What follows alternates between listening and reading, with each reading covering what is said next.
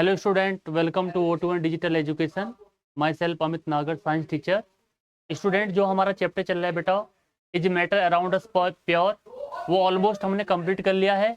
और आज हम डिस्कस करने वाले हैं इसके जो कुछ लॉन्ग क्वेश्चन हमारे लिए हैं, ठीक है, तो वो मैं आज आपको कराने वाला हूँ। आई होप आपको बहुत इंटरेस्ट आने वाला है। तो क्लास स्टार्ट करते हैं। ओके,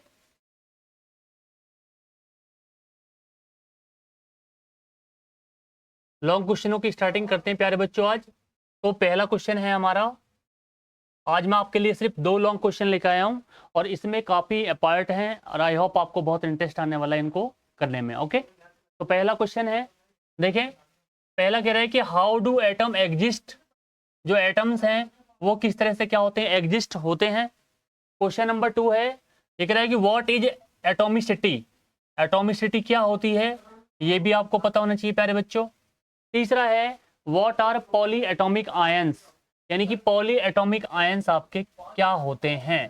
तो ये 3 क्वेश्चन हैं, 3 पार्टों में ये लॉन्ग क्वेश्चन हमारा डिवाइड है। तो सबसे पहले हम पहले वाले की बात कर लेते हैं।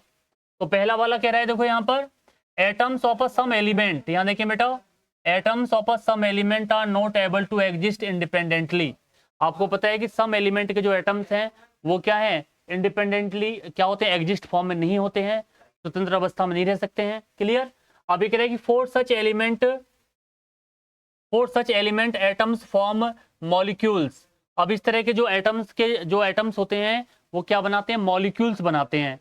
तो प्यारे बच्चों, मैंने आपको बताया था कि एटम्स के मिलने से ही, जब 2 सिमिलर एटम या 2 से अधिक सिमिलर जो एटम्स हैं आपस में मिलते हैं तो वो क्या बनाते हैं, मॉलिक्यूल्स बनाते हैं। क्या बनाते हैं बेटा, मॉलिक्यूल्स। आगे आप कह रहा है एंड आयंस, क्या बनाते हैं, वो आयंस बनाते हैं।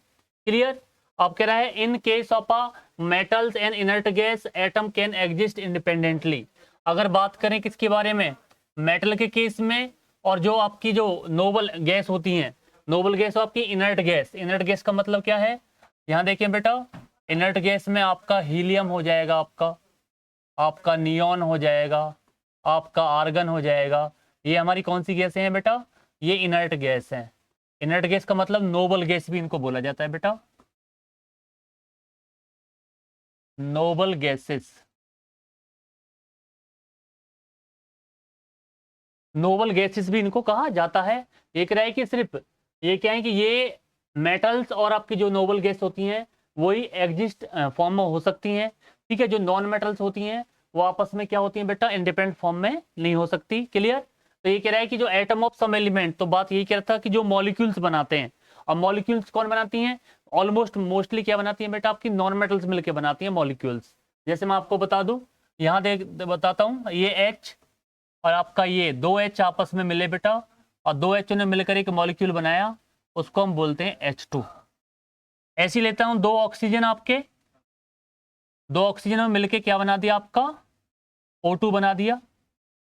अब 2 नाइट्रोजन के मॉलिक्यूल हैं, एटम है, उन्होंने मिलके क्या बनाया बेटा, नाइट्रोजन, उन्होंने मिलके बना दिया आपका N2। सिमिलरली आप 2 Cl ले सकते हैं, क्लोरीन, ये और ये बनाते हैं आपके कौन सा, Cl2। तो ये आपके क्या हैं, एटम्स। अब 2 एटम्स हैं आपस में सिमिलर, उन्होंने आपस में कंबाइंड फॉर्म में आए और उन्होंने मिलकर क्या बना दिया, आपका molecules. Hydrogen, oxygen, nitrogen, chlorine जो गैस होती हैं ये क्या है, एक मॉलिक्यूल्स होती हैं बेटा, क्या होती हैं, मॉलिक्यूल्स। ओके, आगे बढ़ते हैं। अब ये कह रहे हैं, atoms of a metal can inert gas. Atom, metal कौन कौन सी आपने बता दी, मेटल्स हैं आपका सोडियम, क्लियर, आपका मैग्नीशियम, एल्युमिनियम, ये क्या है, ये इंडिपेंडेंटली रह सकती हैं। और जो आपकी जो नोबल गैसेस हैं, नोबल गैसेस में आपका हीलियम, He मैंने आपको बता दिया ऑलरेडी, नियॉन बता दिया आपको, आर्गन बता दिया, ये आपकी इनर्ट गैस है। और इनर्ट गैस कौन सी होती है प्यारे बच्चों, इनर्ट गैस वो गैस होती हैं जिनका ऑक्टेंट ऑलमोस्टली क्या होता है, कंप्लीट होता है। क्लियर। लेकिन फिर भी इनका एक ग्रेट इंपॉर्टेंट रोल है, कहां पर, एनवायरमेंट में। Okay, clear. जैसे आपका जो हीलियम है, हीलियम को ऑक्सीजन जो सिलेंडर होते हैं उनके साथ क्या किया जाता है, फिल किया जाता है। क्लियर। तो प्यारे बच्चों, आपको पता होना चाहिए कि जो आपकी इनर्ट गैस होती हैं उनका एक इंपॉर्टेंट रोल होता है, कहां पर, एनवायरमेंट में। आगे बढ़ते हैं आगे। अभी जो आपके नॉन मेटल हैं, जो नॉन मेटल जो होती हैं वो मिलके मॉलिक्यूल बना लेती हैं। जैसा आपका हाइड्रोजन मैंने आपको ऑलरेडी बता चुका हूं, क्लोरीन बिल्कुल आपको बता चुका हूं, एक फास्फोरस भी है आपका, फास्फोरस होता है P4 और एक आपका कौन सा है सल्फर, सल्फर होता है आपका कौन सा S8। ये आपके नॉन मेटल्स हैं और जो नॉन मेटल्स के जो एटम्स होते हैं वो क्या है इंडिपेंडेंटली नहीं होते हैं, वो आपस में मिलकर क्या बनाते हैं मॉलिक्यूल्स बना लेते हैं। क्लियर, आगे बढ़ते हैं। अब क्वेश्चन नंबर सेकंड की बात कर देते हैं। अब जो क्वेश्चन नंबर सेकंड है इसमें देखते हैं प्यारे बच्चों, क्वेश्चन नंबर सेकंड ये कह रहे थे number of atoms constituting the molecules is known as atomicity. Atomicity क्या होता है, किसी मॉलिक्यूल्स में ठीक है कितने नंबर ऑफ एटम्स प्रेजेंट हैं उसी को हम बोलते हैं प्यारे बच्चों एटोमिसिटी। क्या बोलते हैं एटोमिसिटी। एग्जांपल ले लेते हैं, अगर आपने ले लिया बेटा O3, अब O3 हमारा होता है बेटा ओजोन, अरे O3 क्या होता है हमारा बेटा ओजोन होता है, तो मैं इसमें बोलूं कि नंबर ऑफ एटोमिसिटी इसमें कितना है, तो इस मॉलिक्यूल में बेटा कितना है आपका 3। क्लियर, आप O2 लेते हैं ऑक्सीजन ले लेंगे, ऑक्सीजन है आपका, आपने ये ऑक्सीजन ले लिया बेटा तो ऑक्सीजन में कितना हो जाएगा आपका 2 हो जाएगा। सिमिलरली आप क्लोरीन ले लें, क्लोरीन आपका कौन सा Cl2, तो सिमिलरली इसमें कितना हो जाएगा आपका 2 हो जाएगा। क्लियर, तो प्यारे बच्चों आपको पता होना चाहिए कि number of atom constitute a molecule is known as atomicity. किसी मॉलिक्यूल में कितना नंबर ऑफ एटम प्रेजेंट है उसी को उसकी क्या बोलते हैं बेटा एटोमिसिटी बोला जाता है। क्लियर, आगे बढ़ते हैं। अब क्वेश्चन नंबर थर्ड की बात कर लेते हैं, इसका जो सी पार्ट है।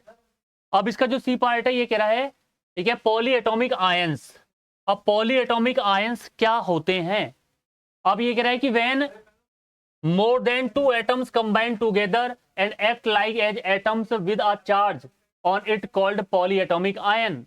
ये कह रहा है कि जब 2 या 2 से अधिक एटम्स कंबाइंड फॉर्म में हो, कंबाइंड फॉर्म में यानी कि 2 एटम हो सकते हैं या 2 से ज्यादा हो सकते हैं, वो कंबाइंड फॉर्म में है और उन पे क्या है बेटा वो कैरिंग चार्ज, उन पे क्या होता है बेटा चार्ज प्रेजेंट होता है, तो उसी को हम बोलते हैं पॉली एटॉमिक आयंस।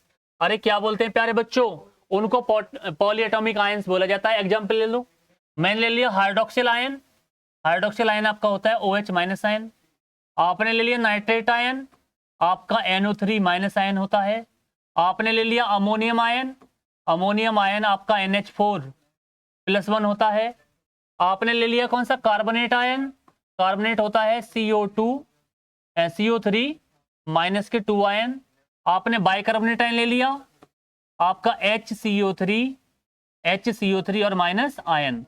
तो प्यारे बच्चों ये हमारे क्या हैं, ये सारे आपके पॉली एटॉमिक आयंस हैं। These are the examples of polyatomic ions.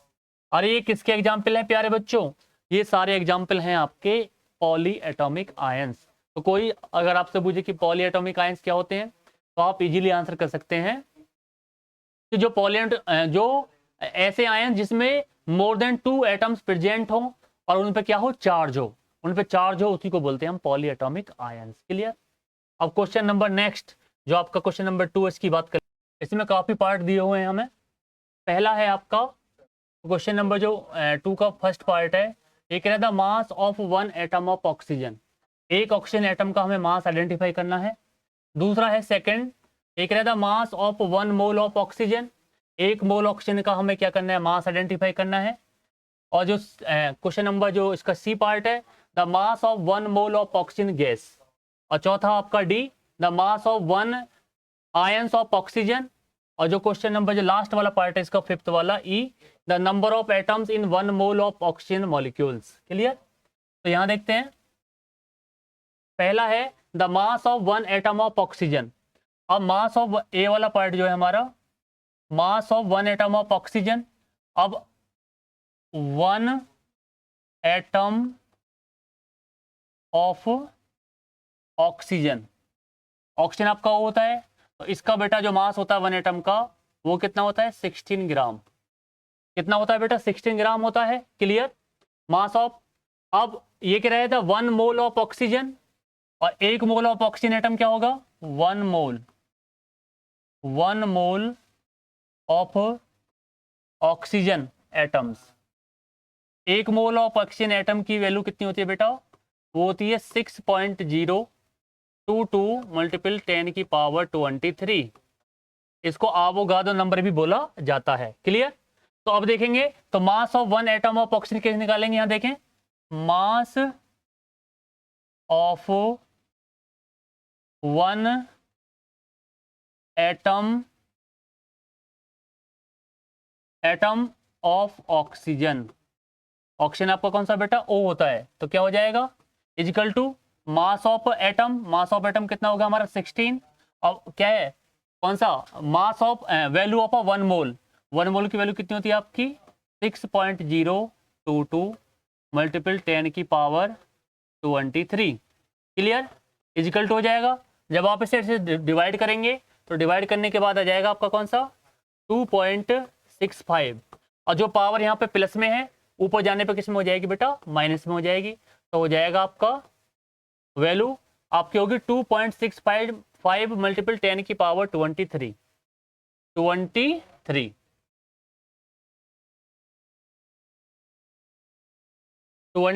हो गया बेटा, क्लियर। तो ऑप्शन नंबर हमारा एक जो है बिल्कुल करेक्ट हो गया। अब बी की बात कर लेते हैं। बी जो ऑप्शन बी है उसका बी वाला पार्ट क्या कह रहा है, the mass of one mole of oxygen, the mass of one mole नहीं sorry the mass of one molecules of oxygen, एक क्या है एक मतलब ऑक्सीजन का जो एक मॉलिक्यूल होता है उसका मास कितना होता है, तो आपको मालूम होना चाहिए कि क्या है द मास ऑफ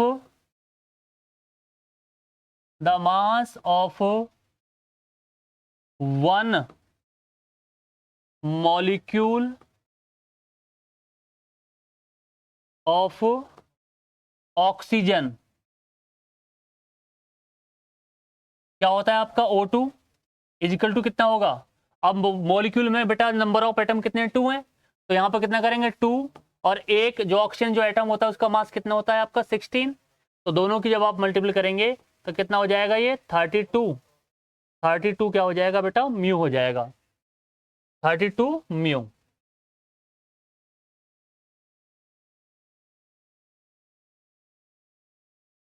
ये हो जाएगा आपका बेटा कितना 32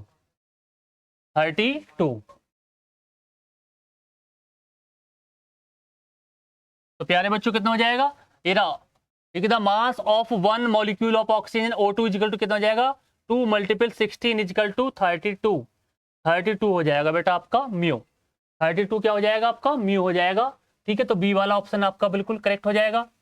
अब बात करते हैं किसकी सी वाले की, बी वाला हमारा हो गया। अब बात करते हैं ऑप्शन नंबर कौन सा सी। अब सी में कह रहा है ये the mass of one mole of oxygen gas, the mass of one mole of oxygen gas, ठीक है। ऑक्सीजन के एक मोल ऑक्सीजन के एक मोल का जो मास कितना होता है, clear.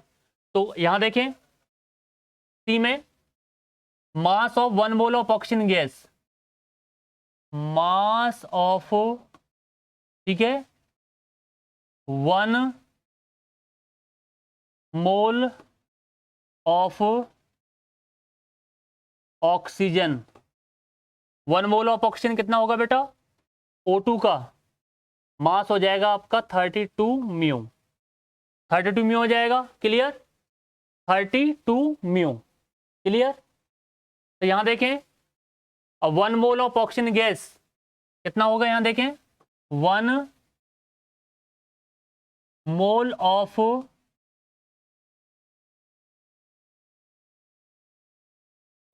Of oxygen gas O2 is equal to हो जाएगा आपका 32 म्यू, 32 म्यू हो जाएगा, क्लियर। अब डी की बात कर लेते हैं। डी में कह रहा था mass of one ions of oxygen, mass of one ions of oxygen, तो mass of one ion of oxygen क्या होगा, आगे बढ़ते हैं।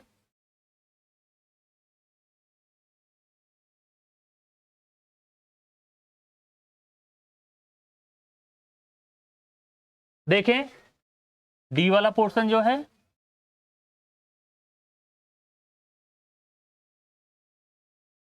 मास of one ion of oxygen, अब ऑक्सीजन का जो आयन होता है बेटा कौन सा O2 माइनस आयन होता है, क्लियर। O2 माइनस n हो गया, क्लियर।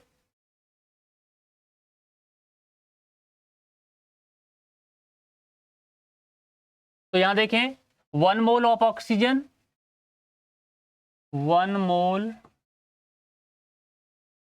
ऑफ ऑक्सीजन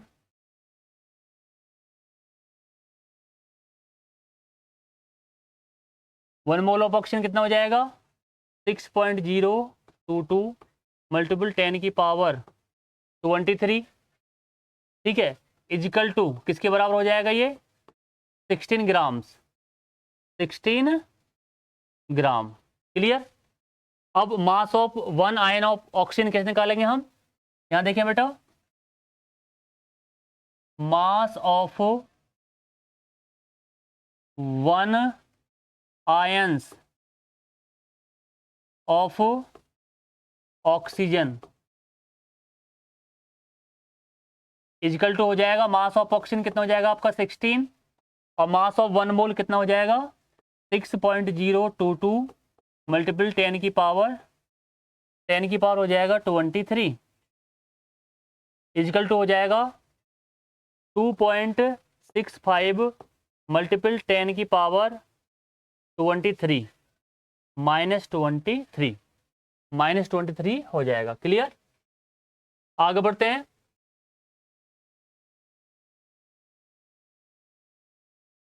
अब है हमारा ई वाला पार्ट। ई वाला पार्ट कह रहा है the number of atoms in 1 mole of oxygen molecule. एक मोल ऑक्सीजन एटम में एक मोल ऑक्सीजन में नंबर ऑफ एटम कितने होते हैं, तो मैं बताऊं बेटा, यहां देखें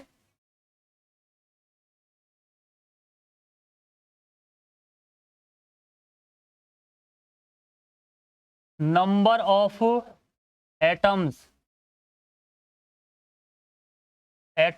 इन 1 mole of oxygen molecule, 1 mole of oxygen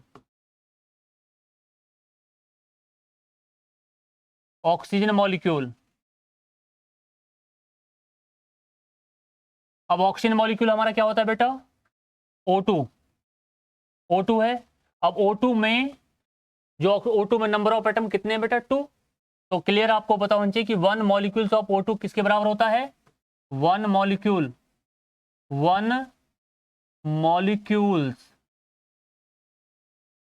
molecules of O2 is equal to कितने एटम के बराबर हो जाएगा 2 एटम्स, क्योंकि मैं बताऊं आपको प्यारे बच्चों, जो आपका ऑक्सीजन है वो कितने एटम से मिलकर बना है 2 एटम से। तो एक मॉलिक्यूल ऑफ O2 किसके बराबर होता है 2 atoms of oxygen, 2 atom of oxygen, यानी कि एक मोल ऑफ ऑक्सीजन, एक मॉलिक्यूल ऑफ ऑक्सीजन कितने एटम के बराबर होता है 2 atoms of oxygen, 2 atom of oxygen के बराबर होगा, क्लियर। ओके, तो ये हमारे 2 क्वेश्चन थे बहुत इंपॉर्टेंट। आई होप आपको अच्छे लगे होंगे, क्लियर। अब मिलते हैं आपसे नेक्स्ट वीडियो में, तब तक बेटा बाय बाय, थैंक यू।